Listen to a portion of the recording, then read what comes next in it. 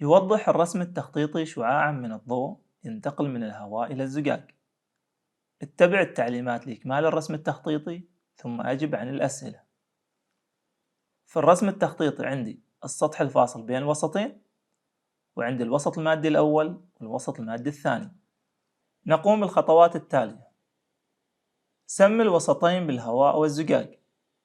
إذا راح نسمي الوسط المادي الأول هو الهواء، والوسط المادي الثاني هو الزجاج. طبعا هذه التسمية ما جاءت عبث. لو نلاحظ على الشعاع الساقط والشعاع المنكسر، لو افترضنا أن الشعاع هذا يتجه من اليمين إلى اليسار، ولو افترضنا وجود العمودي في الوسط، راح نلاحظ بأن أثناء الانكسار في الوسط المادي الثاني بأن شعاع الضوء يقترب من العمودي، لذلك لازم يكون الوسط المادي الأول فيه سرعة الضوء أكبر من الوسط المادي الثاني، وبالتالي راح يكون الوسط المادي الأول هو الهواء والوسط المادي الثاني هو الزجاج. ثم الخطوة الثانية: أضف أسهما إلى كل من الشعاعين لإظهار الاتجاه الذي يسير فيه الضوء. إذا بناء على الفكرة التي تم ذكرها قبل شوي، إذا راح يكون في الوسط المادي الأول هو الشعاع الساقط، والوسط المادي الثاني هو الشعاع المنكسر. ثم باستخدام مسطرة أرسم العمودي على السطح عند النقطة التي يدخل فيها الشعاع إلى الزجاج. إذا راح نرسم العمودي بهذا الشكل. ثم بعد ذلك أضف تسميتي الشعاع الساقط والشعاع المنكسر، وذكرنا أن الوسط المادي الأول هو الشعاع الساقط، واللي في الوسط المادي الثاني هو الشعاع المنكسر. ثم باستخدام منقلة قس زاويتي السقوط والانكسار.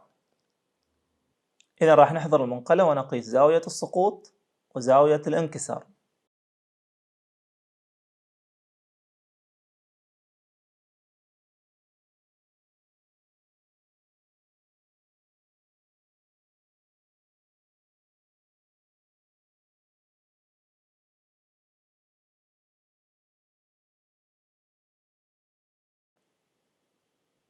ثم نأتي إلى الأسئلة. ألف: اشرح كيف تعرف أي وسط هو الهواء وأي وسط هو الزجاج. سرعة الضوء في الهواء هي أكبر ما يمكن، فدائما نربط بين سرعة الضوء وبين الزاوية، فالزاوية الأكبر راح تكون في الوسط الذي تكون فيه سرعة الضوء أكبر ما يكون. يعني في الوسط الأول يجب أن تكون الزاوية أكبر، وهذا ما حاصل في السؤال. وسرعة الضوء في الزجاج تكون صغيرة، لذلك الزاوية راح تكون صغيرة اللي هي زاوية الانكسار. وفي الشكل نلاحظ أن الوسط الثاني زاوية انكساره أصغر، لذلك يجب أن يكون عبارة عن زجاج. أو بطريقة أخرى نلاحظ أن الشعاع المنكسر في الوسط الثاني يقترب من العمود المقام، وهو افترض لي نوعين من المواد الهواء والزجاج. إذا يجب أن ينتقل الضوء في هذه الحالة من وسط ذو سرعة كبيرة إلى وسط ذو سرعة أصغر لكي ينكسر بحيث يقترب من العمودي، لذلك يجب أن يكون الوسط الأول عبارة عن هواء والوسط الثاني عبارة عن زجاج. السؤال بقى: ما قيمة زاوية السقوط؟ أثناء قياسنا لزاوية السقوط عن طريق المنقلة وجدناها تساوي 30 درجة. السؤال جيم: ما قيمة زاوية الانكسار R؟ وأثناء قياسنا لزاوية الانكسار عن طريق المنقلة أوجدناها تساوي 20 درجة. تمرين 13/2: التغير في سرعة الضوء. ألف: تبلغ سرعة الضوء في الفراغ 3 في 10⁸ متر على الثانية، وتبلغ سرعته في الماء 2.25 في 10⁸ متر على الثانية. احسب معامل انكسار الماء. نستطيع حساب معامل انكسار الماء عن طريق قانون معامل الانكسار. معامل انكسار الماء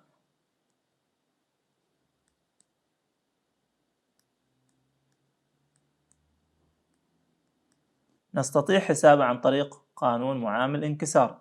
N يساوي سرعة الضوء في الفراغ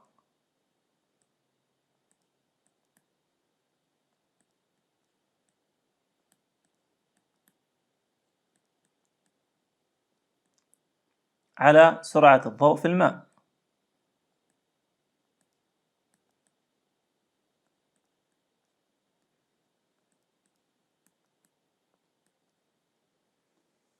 ثم نعوض في سرعة الضوء في الفراغ وسرعة الضوء في الماء.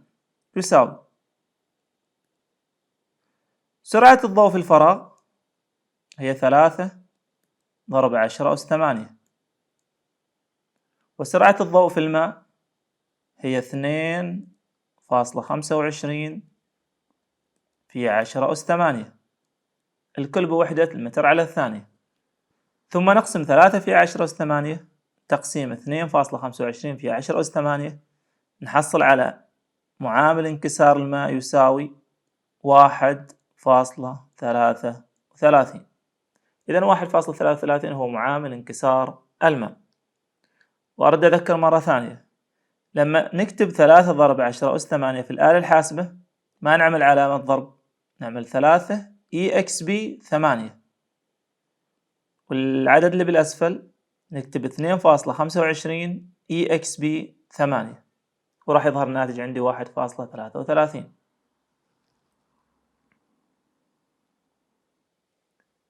السؤال ب: ينتقل شعاع ضوئي من الهواء إلى قطعة من بلاستيك البرسبكس بزاوية سقوط تبلغ 30 درجة. 1. ارسم في الحيز أدناه مخططا لذلك موضحا زاويتي السقوط والانكسار. رسمنا السطح الفاصل بين الوسطين، يعني بين الهواء وبين البلاستيك البرسبكس، ثم نرسم الشعاع الساقط. هذا هو الشعاع الساقط على الوسط في البداية، راح نعمل اتجاه السهم بهذا الشكل، ثم بعد ذلك نرسم العمودي.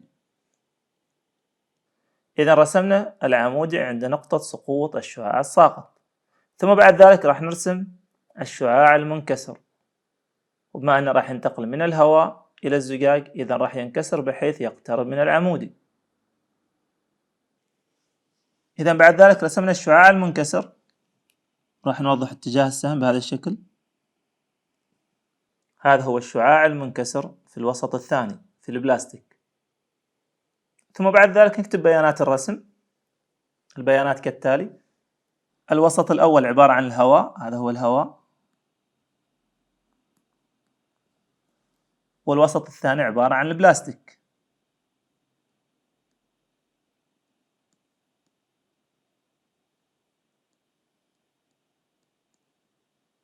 ثم اللي باللون الأخضر هذا في الوسط هو العمودي.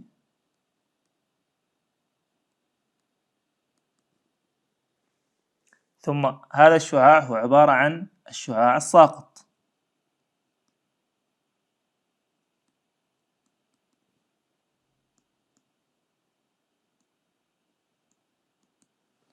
والزاوية المحصورة بين العمودي والشعاع الساقط هي عبارة عن زاوية السقوط، هذه هي. إذن هنا زاوية السقوط. ثم بالأسفل هذا هو الشعاع المنكسر.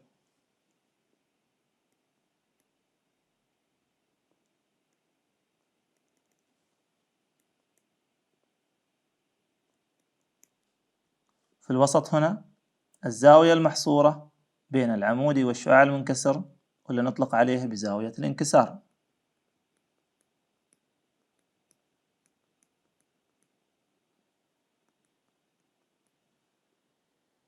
إذن بهذا الشكل رسمنا الشعاع الساقط من الهواء إلى البلاستيك. ثم السؤال 2: يبلغ معامل الانكسار للبلاستيك 1.50. احسب زاوية الانكسار وقرب إجابتك إلى منزلة عشرية واحدة. إذا المطلوب حساب زاوية الانكسار. ألاحظ من خلال السؤال أنه أعطاني معامل انكسار البلاستيك اللي هو 1.50، وأعطاني أيضا زاوية السقوط تساوي 30، وطلب مني إيجاد زاوية الانكسار. لإيجاد الزوايا يجب أن أستخدم قانون سنيل. إذا راح نستخدم قانون سنيل في الحل. إجابة السؤال 2، نكتب قانون سنيل: N يساوي ساين I على ساين R. ثم بعد ذلك طلب مني إيجاد زاوية الانكسار اللي هي R. إذا راح أعدل القانون، راح يكون عندي ساين R يساوي ساين I على N، يعني جيب زاوية السقوط على معامل الانكسار. ثم أعوض بعد ذلك يساوي، إذا ساين I يعني ساين وزاوية السقوط ذكرها في رقم 1 اللي هي 30 تقسيم N معامل الانكسار اللي هو 1.5. نقسم ساين 30 على 1.5، يظهر الناتج عندي يساوي 0.333. هذا الناتج عبارة عن ساين R، يعني جيب زاوية الانكسار، وأنا أريد فقط الآر، لذلك راح أقسم على الساين لكي أتخلص منها. إذا أقسم على الساين هنا، وهنا أيضا أقسم على الساين، فبيروح معي الساين في البسط مع الساين في المقام، يتبقى عندي الآر تساوي 0.333 تقسيم ساين. بالآلة الحاسبة احنا نعرف كيف نحسبها، نعمل شيفت ساين ثم 0.333. نذكر فيها لما نجي نحسب هذه، نعمل شيفت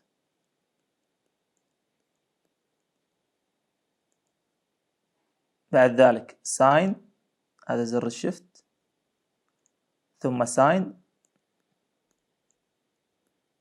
ثم الرقم 0.333 للحصول على الناتج.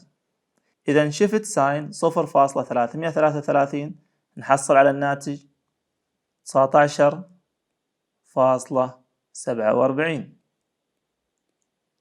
وهو طلب مني أن أقرب الإجابة إلى منزلة عشرية واحدة، فراح تصير عندي تساوي 19.5. إذا زاوية الانكسار تساوي 19.5 درجة. تمرين 13/3 مرآة مثالية. ألف، غالبا ما يتم استخدام المنشور الثلاثي كمراية مثالية في أجهزة البريسكوب والتلسكوب والمناظير الثنائية. يوضح الرسم التخطيط الآتي كيف ينعكس شعاع الضوء بواسطة منشور.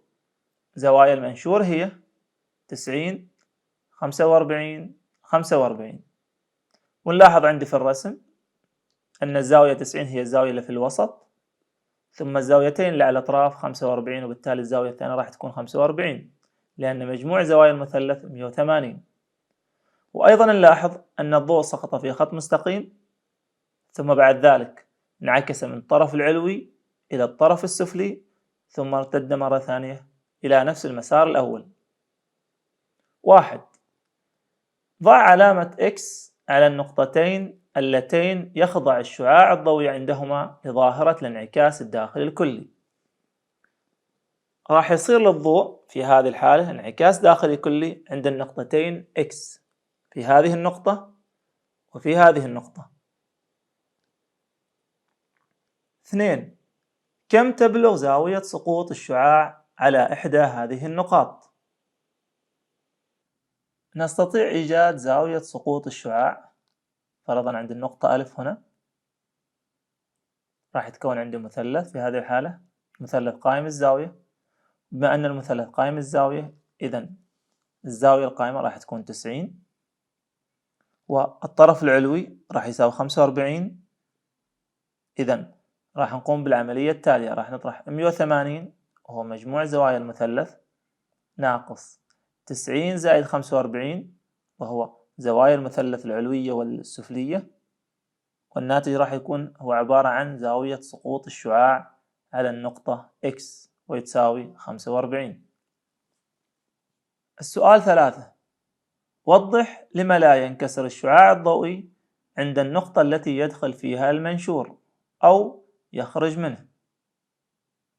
عند النقطة التي يدخل فيها المنشور أو النقطة التي يخرج فيها الشعاع الضوئي من المنشور، فإنه يسقط عموديا على السطح الفاصل بين الوسطين، وبالتالي فإن زاوية السقوط تساوي 0، أي لا يحدث له انكسار أو لا يحدث له انحراف. السؤال ب: يوضح الرسم التخطيط الآتي منظارا يستخدم منشورين. 1. أكمل الرسم بتمديد الأشعة الضوئية حتى تصل إلى المشاهد. إذا نكمل رسم الأشعة التي سوف تسقط على المرآة العلوية، ثم تنعكس إلى المرآة السفلية، ثم تنعكس إلى عين المشاهد.